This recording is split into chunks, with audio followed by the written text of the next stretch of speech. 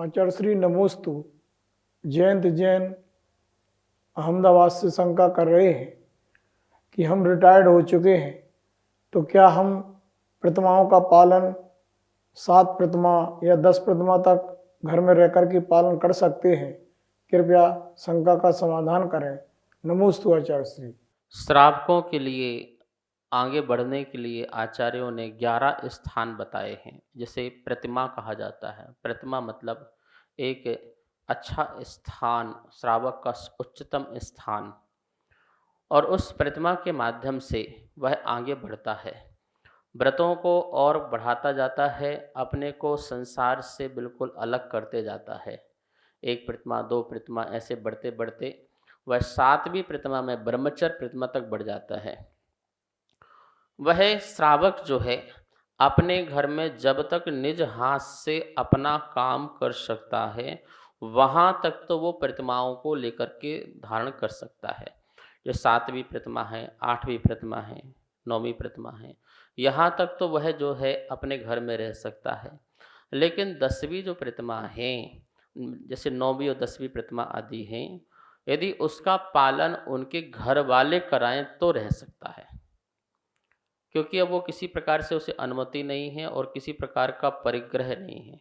अनुमति का त्याग और उसको आगे जो है परिग्रह का त्याग करना है, तो परिग्रह के त्याग में वो सब कुछ त्याग कर देगा।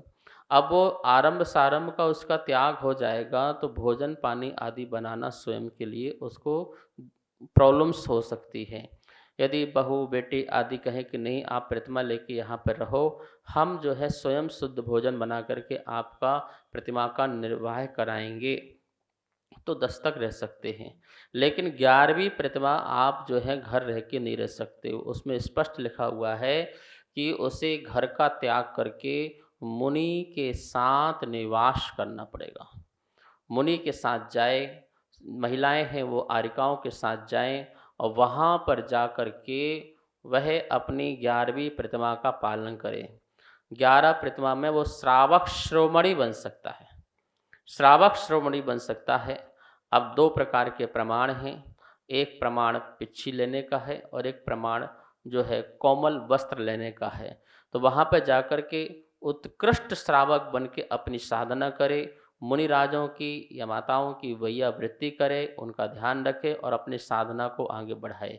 तो कुछ प्रतिमाएं जो हैं घर में रह कर के पालन की जा सकती हैं, कुछ प्रतिमाएं हैं जो आपके परिवार वाले कराएंगे, और कुछ प्रतिमा हैं जो परिवार वाले भी नहीं कराएंगे। अर्थात 11वीं प्रतिमा जो है वो घर का त्याग होने के बाद त्यागी मुनिराज साधु संतों के संग सानिध्य में रहकर ही उसका पालन हो पाता है। जो एलक छुल्लक बन कर के अकेले विचरण करते हैं, अकेले घूमते रहते हैं, उनकी प्रतिमा का पालन नहीं होगा। वो जब तक अपने गुरु के पास नहीं रहें, किसी न किसी मुनि के पास ना रहें, तब तक उनका पालन नहीं हो सकता है। इसलिए उनकी प्रतिमाओं का पालन संग में ही रह के होता है। उसमें लिखा है रत्नकंड श्रावकाचार में कि ग्रह को त्याग करके मुनि के आश्रम में जाकर के निवास करे। आश्रम मतलब आश्रय, उनके आश्रम में जाकर के निवास करे, उनके साथ रहे और अपनी प्रतिमाओं का पालन करते हुए साधना को बढ़ाता जाए, और एक दिन ऐसा बने कि मुनि ही हो जाए। उस लंगोटी आदि को, दुपट्टे आदि को छोड़कर भी वह मुनिपन को धारण करके अपना और भी आगे जाए विकास करे और आत्म कल्याण करे। इस प्रकार से प्रतिमाओं के बारे में आप ऐसा समझना। आचार्य श्री नमोस्तु।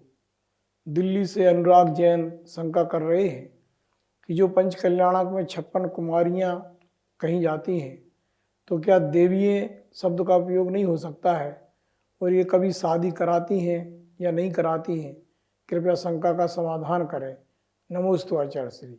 देव और देवियों की पहली बात तो शादी नहीं होती है।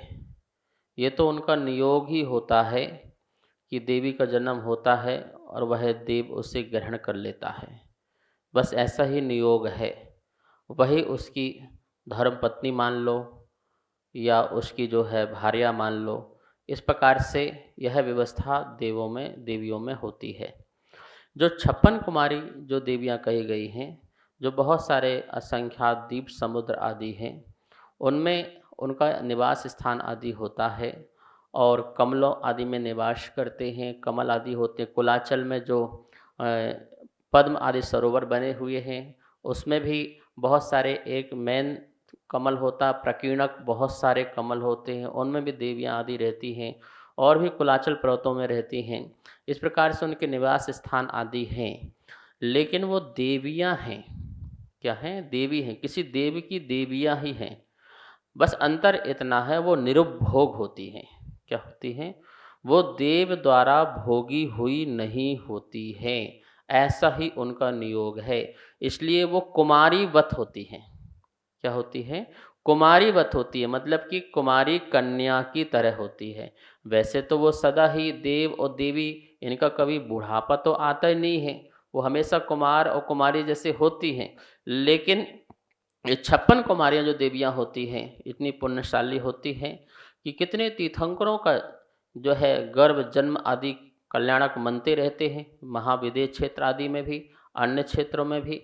तो वो जो है उनको उसका सौभाग्य प्राप्त होता है, ऐसा पुण्य करके जाते हैं यहाँ से कि वो देव की देवी तो बनती हैं, लेकिन किसी भी देव के द्वारा वो भोगी नहीं जाती है, वो निरुभोग रहती है। इसलिए वो कन्यावत कुमारी हो जाती हैं, इसलिए उनका नाम कुमारी पड़ जाती हैं।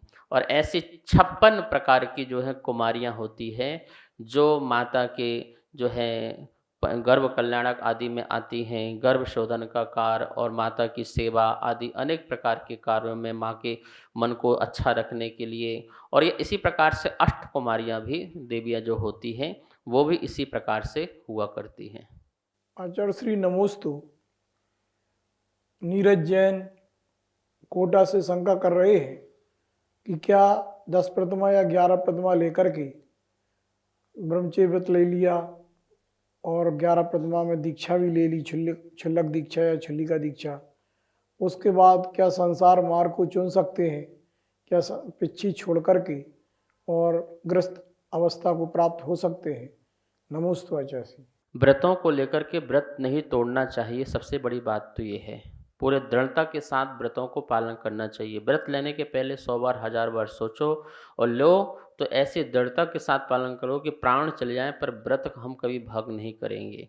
लेकिन इस विषय में मैं आपको बताना चाह रहा हूँ, चारित्र सार एक ग्रंथ है, चामुंड राय द्वारा लिखित हुआ है और उसमें कुछ कारण दिए हैं कि किस किस अवस्थाओं में जो है आप व्रत जो है छोड़ सकते हैं।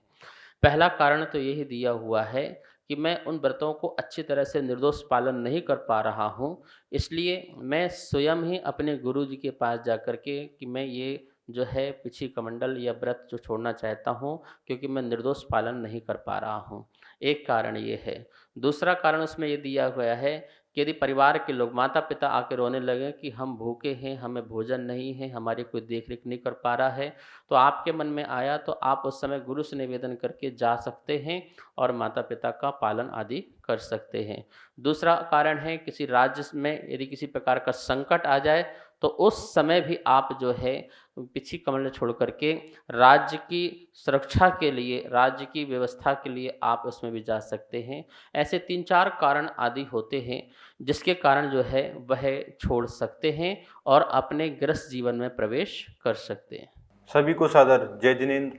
पूज्य गुरुदेव के मुखारविंद से आप सभी की शंकाओं का नित्य समाधान आगम के अनुसार किया जा रहा है और ये इसका प्रसारण आदिनाथ टीवी चैनल के माध्यम से हो रहा है। अगर आपके मन में किसी भी प्रकार की कोई भी शंका है तो आप हमें नीचे दिए गए नंबर पर बेझिझक भेज सकते हैं और आपकी शंका का समाधान पूज्य गुरुदेव के मुखारविंद से आदिनाथ टीवी चैनल के माध्यम से किया जाएगा।